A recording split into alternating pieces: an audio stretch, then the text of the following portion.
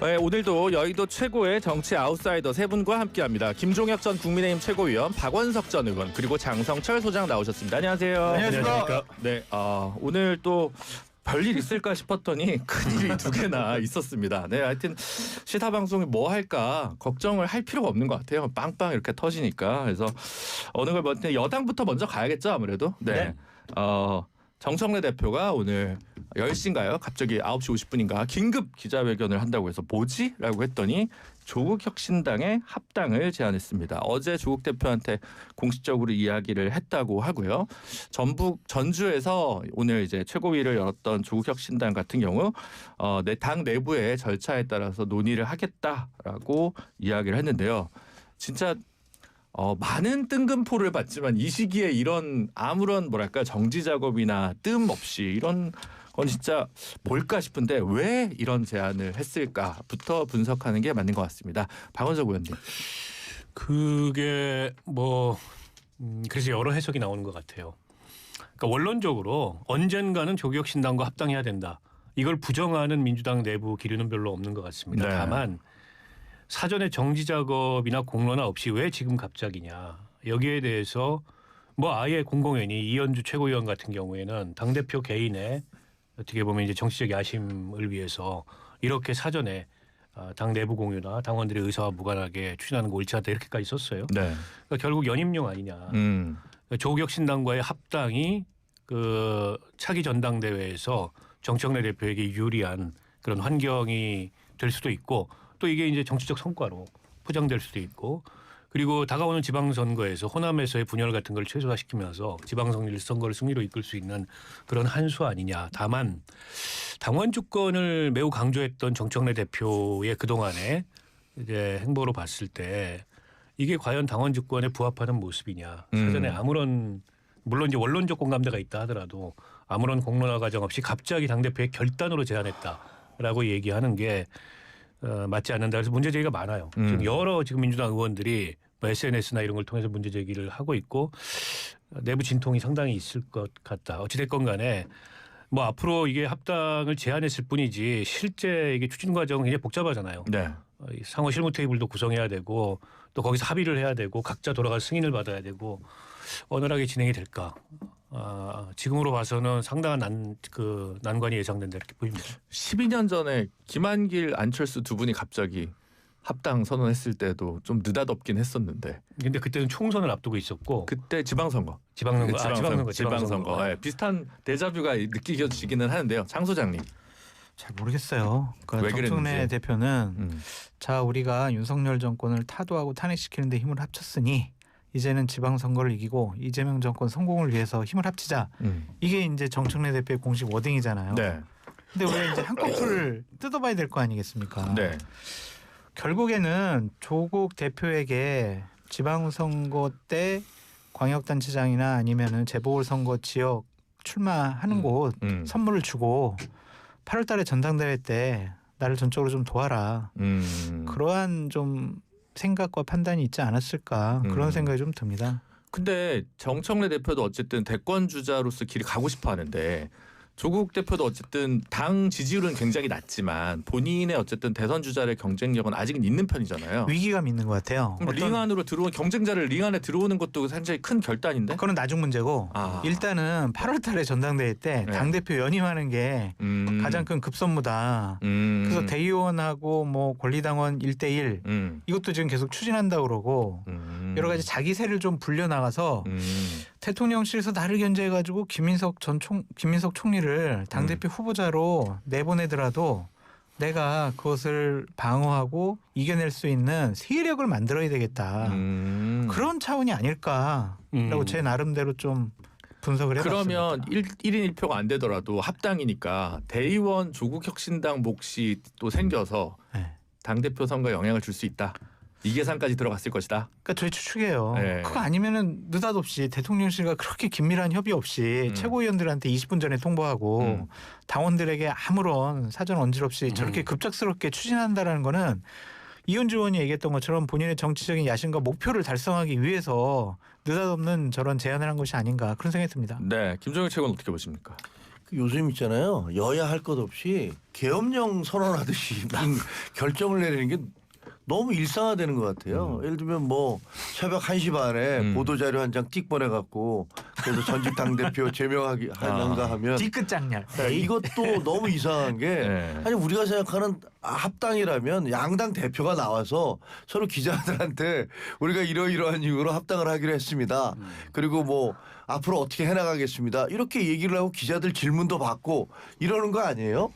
이래야지 다들 그래서 저렇게 합당을 하는구나 라는데 이거는 한 당에서 그냥 그냥 어저께 통보했는데 하기로 했습니다 라고 얘기하고 뭐 일각에서는 청와대와 상의를 했느냐 안 했느냐 뭐 이런 것들을 가지고서 상당한 논란이 벌어지고 있고 이것도 굉장히 처음 보는 형식이에요. 그래서 이게 도대체 뭐 하는 거지? 그리고 여기서 보면은 아니 그동안에 민주당 뭐라고 그랬습니까? 연동형 비례대표제가 왜 필요하다고 그랬었습니까? 연동형 비례대표제가 사기극이었다는 것들을 그냥 지금 웅변하고 있는 거잖아요. 결국은 이 짓 하려고 한 거잖아요. 선거할 때 표만 받아서 그래서 그 당 하나 만들어 놓고 그다음에 결국은 다시 합당을 해서 우리 또 가겠다 이런 건데 다음에 또 어떻게 할지는 잘 모르겠습니다만 글쎄 근데 저는 이게요 1 플러스 0.5잖아요. 쉽게 네. 얘기하면 그럼 이게 1.5가 될까? 그러니까 안 될 것 같아요. 그러니까 잘해봤자 1.2 이 정도가 되지 않을까. 이게 플러스 시너지 효과가 있을 것 같지는 않고 앞으로 이제 서로들 내부 갈등이 적지 않을 것이다. 내부에서 이른바 조국 세력과 그다음에 다른 어떤 그 민주당 내에 당장 자기의 기득권을 뺏기 시도 의원들 같은 경우는 야 내 자리 누가 치고 들어오는 거 아니야? 조국 쪽에서 이제 뭐 공천 달라고 그러면 나는 어떻게 해야 돼? 민주당이 지금 다 장악하고 있잖아요. 네. 근데 거기서 들어오면 가만히 있겠습니까? 굉장히 시끄러울 거예요. 그래도 국민의힘은 뺄셈인데 여기는 덧셈을 위한 제안이니까 좀 다르긴 하죠. 질적으로. 네. 가슴 아프네. 네. 반박하기 어렵다 이거는. 네. 근데 좀 뭐 복잡하긴 할 거예요. 이게 정당 간의 통합이라는 게 아주 원사이드하게 흡수합당 그리고 흔쾌히 양쪽 다 이러면 모르겠는데 이 경우에는 조국혁신당의 또 자존심이 있으니까 원내 10석이 넘는 의석을 가지고 있는 정당으로서 흡수합당은 아마 조국혁신당 당원들이 받아들이기 쉽지 않을 거예요. 근데 흡수합당이 아닌 대등한 당대당 이건 또 민주당에서 용인되기가 쉽지 않아요. 어렵겠죠. 근데 그 사이에 절충점이 쉽게 마련되기가 어려워서 생각보다 그렇게 스무스하게 진행이 안 될 수도 있어요. 그리고 선거를 앞둔 시점이라는 게 굉장히 예민해요. 그러면 이제 민주당 입장에서는 자리를 나눠야 된다는 또 불만이 나올 거고 네. 조국혁신당 입장에서는 호남 같은데 민주당에 밀려서 출마 못하는 사람들이 조국혁신당으로 갔는데 네. 통합을 하면은 이건 아예 기회도 못 갖는 네. 벽보도 못 붙이는 상황으로 가는 거 아니냐 이런 불만이 또 있을 수 있고 아니 그러면 우리 몫을 얼마 정도는 줘야 되는데 과연 민주당이 그걸 줄까 이런 복잡한 문제들이 있는 데다가 무엇보다 지금 민주당 내부에 이른바 권리당원들의 목소리가 굉장히 지금 높은 상황이잖아요. 그래서 이게 이제 민주당의 이른바 정치 팬덤이라는 게 리더의 현상이 아니고 대중의 현상이다. 네. 그러니까 오히려 대중이 리더를 끌고 가는 현상이다. 이런 분석이 많아요. 정치학자들 같은 경우에. 네. 근데 이런 상황에서 당대표가 평소 지론과 다르게 자기의 결단으로 합당과 같은 중차대한 문제를 그냥 질렀다. 라는 게 상당히 시끄러울 요소가 될 것 같아요. 근데 지금 대통령실에서는 사전 논의는 조율은 잘 안 된 건 맞는 것 같은데 어쨌든 양당의 합당이 대통령의 평소 지론이다. 홍익표 정무수석은 이렇게 얘기했다는 거잖아요. 그러면은 정청래 대표 당신 지금 뭐 하는 짓이야? 우리랑 상의도 안 하고 말이야. 아니 그냥 국회는 국회의 어? 일이다. 뭐 이렇게 얘기할 수도 있는데. 아니 지금 여권의 권력 구도가 엄청나게 지금 변화할 일이고 향후 대권 구도도 엄청나게 바뀔 가능성도 있고 네. 8월 달에 전당대회에 당대표가 누가 되느냐 마느냐 이거에도 큰 변수가 생기는 거란 말이에요. 여권 자체 내 큰 권력 구도의 변화가 생기는데 대통령실과 긴밀한 상의 없이 저런 식으로 추진을 한다? 영린을 걷는 거 아니냐 그런 생각이 들어요. 특히 오늘은 이재명 대통령이 완전히 주목을 받고 스포트라이트 받아야 되는 날이거든요. 아 주가 5천을 한번 찍다 왔으니까. 얼마나 신나겠어. 정말 내가 공약을 정말 빠르게 달성했다. 나도 몰랐는데. 네. 네. 많은 국민들 기뻐하는 거 아니냐. 그래서 막 본인은 뭐 본인 자랑 안 하겠지만 주위에서 아우 대통령님 하면서 당에서도 야 우리 대통령님 공약 달성이 됐다. 우리 집권여당으로서 대통령의 국정 운영 민생 경제를 지키고 주가 이제 6,000포인트 7,000포인트 갈 때까지 우리가 제대로 법으로 정책적으로 대통령을 뒷받침하겠다. 이런 메시지가 나와야 정상이지. 기자회견도 있었어요. 그 오천 특인가 거기서 이제 대통령실 오찬도 한다고 하고. 하지만 그런데 거기다가 단신으로 거기다가 확 물견져가지고 네. 합당할 건데요. 대통령실은 언질은 받았어요. 거의 이 정도 수준 아니에요. 지난번 대통령과 청와대 주요 간부들과 당 지도부들 만찬 때도 그때 얘기 없었는데요. 이거잖아요. 그럼 어제 홍익표 정무수석이 정청래 대표 만나러 갔을 때 우리 좀 한번 조격신다고 한번 합당해 보려고 거의 요 정도 얘기만 들었던 것 같아요. 이거는 대통령과 대통령실로서는 엄청나게 불쾌하고 화가 날 일이죠. 반명입니까? 반명연합이다, 친문연합이다, 뭐 해석이 되게 많기는 한데, 근데 결론적으로 될까요? 그러니까 양당에 반발하는 사람들은 다 있는 것 같아요. 시작에 절차에 부정의가 있었다고 하지만 양당 모두 당원 투표를 한다고 하는 방식인 것 같아서 느낌상. 그러면 뭐 나중에 그건 문제 없을 거고, 그럼 당심이 어떻게 될 거냐? 전 될 거라고 보고요. 네. 다만 이제 중간에 논란이나 진통은 있는데 조국혁 신당 입장에서는 솔직히 3년이 너무 길었죠. 당이 존속하는 게 3년이 너무 길었다. 3년이 너무 길었고 네. 이게 인생은 실전이다 이런 걸 슬슬 느껴가고 있는 상황에서 불감청 고소원인 제안이잖아요. 네. 민주당은 좀 달라요 사정이. 그렇죠. 여기는 이제 국간의모가 많고 저 자기들끼리 나눠 먹기도 바쁜데 조국혁 신당까지 이렇게 넓혀야 되면 원론적으로 그걸 부정하기는 어려우나 현실의 정치적 계산은 굉장히 복잡하다. 민주당 내부 진통이 더 클 거예요. 그러나 뭐 양당 대표가 서로 이런 얘기를 사전에 주고받았다는 건 하겠다는 의지가 뚜렷이 있는 거죠. 그러지 않고서야 뭐 주고받았겠어요. 그래서 저는 되긴 될 텐데 시점 문제다. 그리고 얼마나 진통을 줄이고. 그러니까 이를테면 조국혁 신당에 반대하는 사람도 있어요. 있는데 예전에 개혁당 이런 데처럼 네. 유시민 남아서 자기들끼리 깃발 들고 할 거냐. 그건 했죠. 아닐 거예요. 거긴 남아서 깃발 들고 했었거든. 네. 근데 여기는 1인 정당이에요.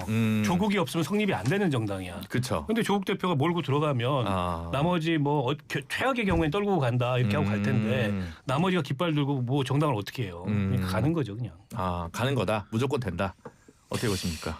양당 대표의 의지가 강할 것 같아요. 그러니까 정청래 대표는 8월달 전당대회 우군화 작업 그리고 조국 전 대표로서는 지금 정치적으로 상당히 곤혹스러운 지경인데 지방선거 때 좋은 지역 나의 출마를 보장해주고 약속을 해준다면 이거는 안 할 이유가 없죠. 그렇기 때문에 당 대표들은 절실한 것 같은데 얼마나 이제 대통령실과 당원들과 민주당 같은 경우에는 반발하는 최고위원들 그리고 지방선거 출마자들 자기 자리 뺏길 거라고 생각되는 사람들은 극렬하게 반대할 겁니다. 그걸 어떻게 잘 설득을 할 것이냐 그건데 대통령실에서는 이거를 대놓고 반대를 하거나 정청래 당신 왜 그랬어 경고하거나 이렇게 못할 것 같아요. 그렇기 때문에 저도 이제 될 거라고는 보여지는데 과연 이러한 일처리가 정청래 대표가 집권여당 대표로서 맞는 것이냐. 지금 1년도 안 지났잖아요. 윤석열 전 대통령처럼 당을 폭압적으로 폭력적으로 지배하려고 하는 모습도 보이지 않는단 말이에요. 이재명 대통령이. 네. 그럼 국정운영 뒷받침해 주는 게 맞지. 저렇게 자꾸 뒷다리 잡고 족쇄 채우고 그게 맞느냐. 친명스러운 발언을 하죠. 아니 저는 뭐 대통령으로서 이재명 대통령이 성공하는 대통령이 되어야 한다라는 생각은 변함이 없습니다. 그렇다. 네. 되실 거라고 보십니까? 김정일 최고께서도? 아무리 못마땅해도 네. 그러면 용산 대통령실에서 그거 하지 마라는 사인을 낼 수는 없잖아요. 네. 그러니까 당원들도 결국 김병기 전 원내대표 그냥 버티다가 탈당하는 것처럼 그런 식으로 갈 거예요. 여러 가지 뭐 삐걱삐걱대면서 여기저기서 뭐 이런 소리도 나오지만 결국은 야 우리가 남이냐 우리 한 뿌리 아니었냐 뭐 이런 식으로 가겠죠. 근데 정청래 대표는 오히려 연임으로 가는 데 있어서 이 모험이 네. 이게 걸림돌이 될 수도 있어요. 왜냐하면 도박수가 평소에 본인이 해왔던 지론과 지금 다른 그런 모습을 보이는 건데 당신이 말했던 당원 주권이라는 게 이런 거냐. 결국 본인의 정치적 이해관계 때문에 당내 공감대나 공론화가 없는 상태에서 던지고 보자는 거냐. 이 반감을 살 수 있어서 간단치 않고 그리고 조국 대표가 만약에 6월 재보궐선거에 어디 나가서 당선이 되면은 돌변해서 나도 당대표 나오겠다 그럴 수도 있잖아요. 그건 맹약이 있지 않을까요? 맹약? 그럴 수도 있겠죠. 네. 부산에서 네. 이거 안 되면 정청래 대표는 정치적으로 타격 엄청나게 큽니다. 아, 거의 그래요? 정치 생명이 왔다 갔다 할 안 정도로 되면 안 되지. 돼야 되는 거죠. 정말 뭐 당 대표직에서 내려와야 할 정도로 대단히 큰 타격이 있을 근데 거예요. 보통 합당하면 공동 대표에 일정 기간을 두잖아요. 그러면 당 대표 선거도 약간 그래서- 몇 달 미룰 수도 있는 거예요. 그래서 저는 약간 그림이 네. 공동대표 체제를 합의하면 그 체제가 오래 못 가거든요. 그렇죠. 전당대회 땡겨서 할 수도 있어요. 더 어떻게 땡겨요? 근데 6월 지방선거를 해야 되는데. 그러니까. 뭐 왜 못해요? 아, 그것은 좀 출마를 조국 대표 본인이 어디선가 할 가능성이 높다고 보면 그렇지 않을까요? 전당대회를 땡겨서 민주당 자꾸만 뭘 만들어놔서 대통령으로서는 기분 되게 나쁠 것 같아요. 근데 대통령 나쁘길 바라는 거지 지금 국민의힘에서는 싸우라 어떻게 막. 보면 차기 주자군의 조국 대표를 생각을 했으니까 작년에 무리수를 감수하고도 사면을 해준 거 아닌가요? 그런 면에서 봤을 때는 장기적으로 어쨌든 대선 주자 한 명 더 생겨서 정권 재창출이 되는 것이 자기한테 유리하다고 생각해서 이 속도와 절차는 마음에 안 들지만 좋아할 수도 있다는 생각이 들기는 대통령이 하는데. 좋아하신다고요? 그러니까 싫어할 수 없는 그러니까 짜증은 나지만 반대할 수 마지 못해 뭐 이렇게 이런 마지 표현이 못해? 낫지 않을까요? 못마땅하지만 어쩔 수 없이 이게 맞는 것 같다라는 좀 아니 생각이 들어요. 사실 사면은 그 진영 내부의 강한 요구였어요. 문재인 전 대통령부터 시작해서 네. 떨치기 어려웠고요. 그래서 해준 측면이 있고 경우에 따라서 서울시장 선거에 후보군을 넓힌다라는 어떤 보관도 있었던 것 같은데 스스로 나오자마자 까먹었잖아요. 그렇죠. 뭐 당내 문제 이런 거 제대로 처리 못하면서 네. 거기서 일단 그 잠정적으로 아웃됐던 건데 조국 대표도 이렇게 되면 이제 정치적 기회를 다시 잡는 거죠. 사실은 이걸 놓치면은 어려울 수도 그럼요. 있어요. 그렇죠. 왔다 기회지. 이제. 네. 무조건 잡아야죠. 조국 대표한테는 기회인 거죠. 엄청 기회죠. 정청래 대표한테 승부수고 도박수고. 아니 생각해보세요. 이대로 쭉 가면은요. 네. 조국 전 대표가 지방선거 때 광역이나 아니면 재보궐선거 지역에 출마하는 것은 상당한 모험이에요. 당선이 안 될 가능성이 더 높은데 정말 안 하면 안 되니까 출마하는 거란 말이에요. 근데 지금 가서 출마하게 되면은 이거는 당선은 따놓은 것이다. 그렇게 생각하겠죠. 그러면은 재기의 발판 마련한 것이고 일단은 정청래 대표는 내가 우분을 확보해서 당대표가 8월 달에 되면은 2028년 공천권 내가 갖고 있다. 조국도 내 손 안에 있다. 이렇게 생각할 수 있죠. 근데 이제 부산 얘기를 많이 하잖아요. 지금 이제 재보궐선거 나온 데 중에 나올 가능성이 있는 데 중에 부산 북광서감 얘기를 많이 하는데 다른 해석도 좀 있더라고요. 뭡니까? 시장으로 간다. 부산에는 부산대가 있다. 그래서 오히려 조국 대표가 거기 출마하는 게 이를테면 부산 의전원 이런 거에 대해서 반감을 갖고 있는 표를 또 결집시켜서 불리하게 작용할 수도 있다. 부산 시장 선거까지. 네. 역결집이죠, 역결집. 그런 해석도 있어요. 근데 국민의힘이 그건 이제- 파고들 요소인 거지 그거는. 그거는 정청래 대표에서는 야 나는 기회 줬는데 네가 못한 건 네 책임이지 라는 생각할 수도 있을 것 같은데 근데 만약에 그 전재수 장관이 진짜로 시장 그 부산시장으로 나오고 그다음에 조국 대표가 민주당 배지를 달고 딱 그 민주당으로 해서 출마를 하게 되면 뭐 민주당 입장에서는 거기서 바람을 좀 일으킬 수 있다는 생각은 충분히 할 수가 있겠죠. 지금 분위기 속에서는. 개항에 나가서 명청 조명 대전 이런 건 없겠죠? 개항은 안 줄 겁니다. 네. 그러면 후계전 악전 비슷한 모양새가 돼서 아, 그런 일은 절대 안 일어날 그건 겁니다. 김남준 대변인 자리로 그리고 봐야 되는 송영길 전 거군요. 대표 가만 안 있을 거예요. 그건. 네 묘하게 돌아가는데 어쨌든 재밌어요. 지금 정치. 박지원 의원은 원래 찬성이었고 최민희 의원도 찬성 의견을 지금 SNS에 남긴 것 같아요. 맞습니다. 이현주 의원은 이거 뭐냐 이렇게 반발하고 있고 장철민 반대. 장철민 의원도 반대가. 아니 최고위원 뭐 황명선 네. 또 누굽니까? 김용민 의원도 반대죠. 이번에 최고위원 되신 분. 네. 뭐 이런 분들 다 반대하더라고요. 강득구. 강득구. 네. 아 거의 상당히 민주정당이네. 서영교, 박홍근 박홍근 의원도 다 길게- 시점에 대해서 문제 제기를. 그러면 그럼에도 불구하고 이것은 사실 대부분 보면 내용이 절대 반대라기보다는 지금 던지는 방식에 대한 왜 미리 상의 안 했어? 그거에 나를 무시하는 거야? 불과해서 당원 투표할 거야라고 하면 그 부분은 진압이 될 거 아닙니까? 아니 당원 투표하면은 뭐 통과되죠. 통과된다. 그렇군요. 이게 혹시 보수 대연합을 역으로 자극할 가능성은 있습니까? 개혁신당. 네. 개혁신당 입장에서는 오히려 뭐 저 이준석 대표는 그 저희 다 지금 현재 장동혁 대표 체제하에서 그렇게 뭐 그 손잡고 갈 것 같지는 않아요.